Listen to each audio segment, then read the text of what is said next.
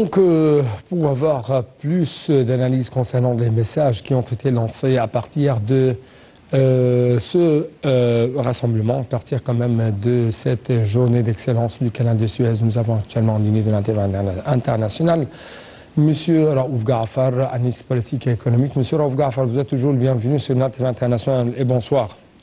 Bonsoir, merci. Bonsoir, monsieur. Donc, comment vous lisez l'importance de cette journée d'excellence du canal de Suez, notamment qu'il y avait un message essentiel lancé par le Premier ministre, là où le canal de Suez est devenu une plateforme mondiale pour les services maritimes et logistiques.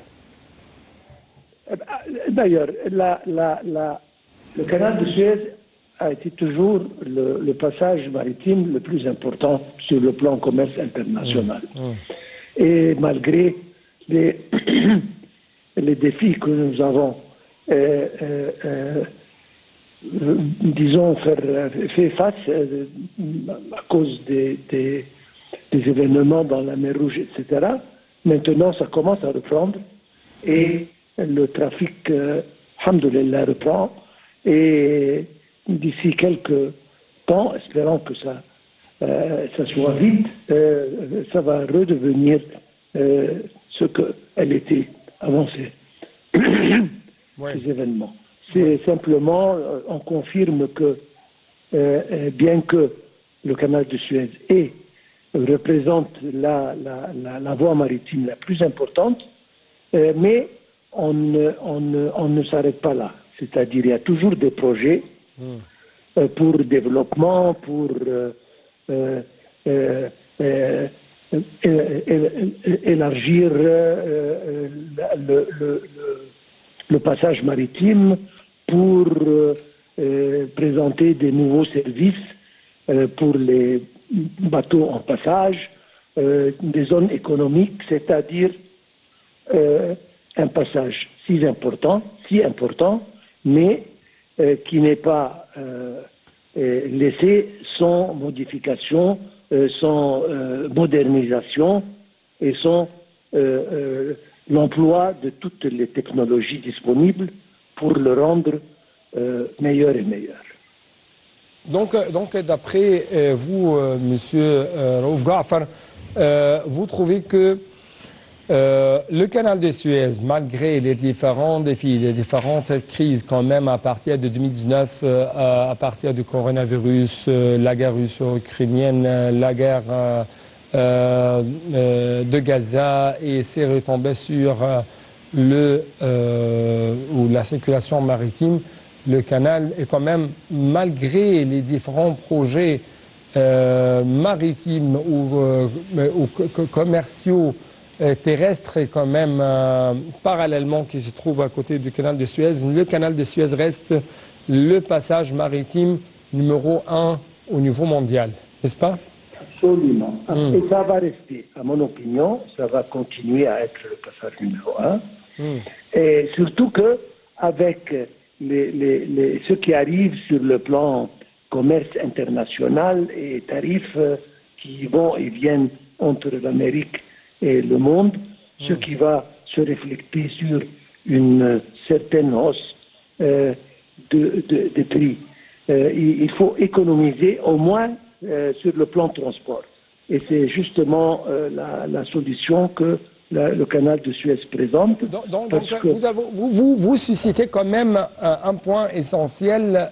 Comment vous placez le canal de Suez dans sa guerre commerciale acharnée entre les États-Unis d'un côté, le monde entier d'un autre côté, notamment la Chine?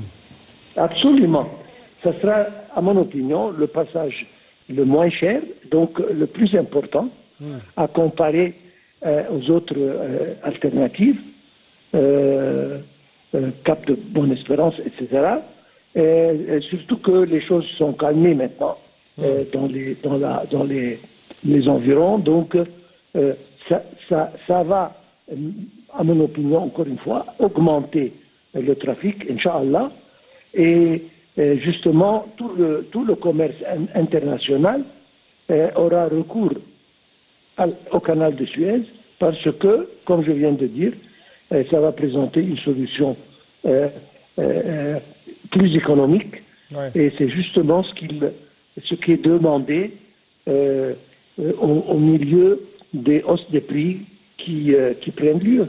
Oui. En fait, devant les ambassadeurs de différents pays étrangers, Dr Madbouli a déclaré que la sécurité de la navigation de la mer Rouge s'est améliorée au cours des derniers mois et que les attaques contre les navires ont pris fin depuis décembre dernier. Dr Madbouli a demandé aux ambassadeurs d'informer leur pays de ce qu'ils ont vu et d'œuvrer en faveur du retour des cargos à travers le canal de Suez. Donc, on a apporté les ambassadeurs pour observer les réalités sur le terrain en ce qui concerne le passage maritime, la circulation maritime dans la mer Rouge. Et il y avait un appel de la part de l'Égypte envers la communauté internationale de poursuivre leur passage à travers le canal de Suez. Est-ce que vous trouvez qu'il y aura un écho de la part de ces pays étrangers ou non? Absolument. Et sans même que le Premier ministre demande au pays et les fait témoigner que la situation est belle, les chiffres ne mentent pas. C'est-à-dire, le chiffre ne ment pas. Il y a une hausse, un pourcentage d'augmentation sur le plan nombre et tonnage de navires qui passent, mois par mois, ça augmente. Je suis sûr et certain, Inch'Allah, ça va revenir. Et comme je dis, c'est bien que les ambassadeurs témoignent et envoient des rapports à leur pays, qu'ils ont vu que la situation est bonne. Mais ce que je veux dire, c'est pas simplement le passage des navires, certainement c'est essentiel, mais ce qui m'intéresse, c'est le développement de la zone. C'est-à-dire, on a signé pas mal d'accords avec des sociétés espagnoles, des sociétés grecques, etc., pour développer des projets dans l'entourage du canal de Suez. Ferme piscicole d'un côté et d'autres services qui sont présentés aux navires de passage, aux bateaux de passage, et encore on essaye de développer, d'améliorer et d'élargir le passage lui-même pour augmenter le nombre de navires et réduire le temps de la traversée. Donc, d'après votre observation, ça rendre le canal de Suez de plus en plus compétitif au niveau maritime sur la scène mondiale. Tout à fait. Ouais. Tout à fait. Ouais. Tout à fait. Ouais. Encore une fois, comment vous avez vu cette déclaration faite par le Premier ministre? Selon lui, le canal de Suez est devenu une plateforme mondiale pour les services maritimes et logistiques. Donc, ce n'est plus un passage ou un simple passage maritime, mais plutôt, il y a d'autres services maritimes et logistiques de plus en plus sophistiqués, de plus en plus développés pour le monde entier. Comment ça va impacter positivement l'économie égyptienne et quand même, encore une fois, la réaction de la communauté internationale vis-à-vis de lancement de tels services maritimes? C'est-à-dire, ce n'est pas simplement une voie de transport maritime, mais maintenant c'est entouré de tous les services voulus pour les navires de transportation sont maintenant disponibles. Pas seulement ça, mais la préparation des zones économiques et industrielles qui présentent la possibilité de services au bateau d'un côté, de magasinage, des silos, etc. Ce sont des centres logistiques pour aider dans le commerce et le trafic du commerce international entre l'Asie, l'Afrique, l'Europe, l'Afrique, etc. Donc, comme je viens de dire, ce n'est pas simplement une voie maritime excessivement importante, mais encore il y a tout autour des zones qui aident le commerce international à augmenter et à se développer. Oui. Ma dernière question concernant ce sujet. Le président de l'autorité du canal de Suez, l'amiral Oussama Rabia, a déclaré ou quand même assuré que le canal de Suez n'était pas uniquement une voie maritime, mais aussi un symbole de la souveraineté de l'Égypte. Comment vous avez déchiffré ce message dans ce temps? D'ailleurs, depuis 50, 60 ans, quand on a nationalisé ce passage, c'est devenu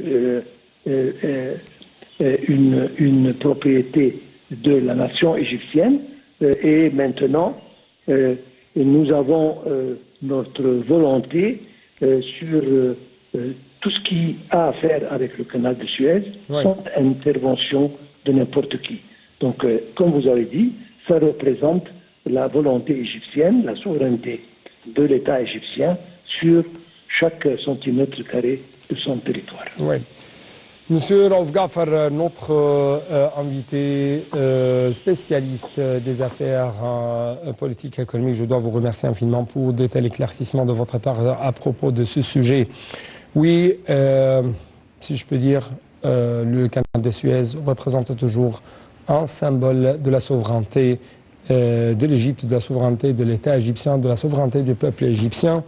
C'est pourquoi l'Égypte trace toujours, si je peux dire, des lignes rouges pour sa sécurité nationale.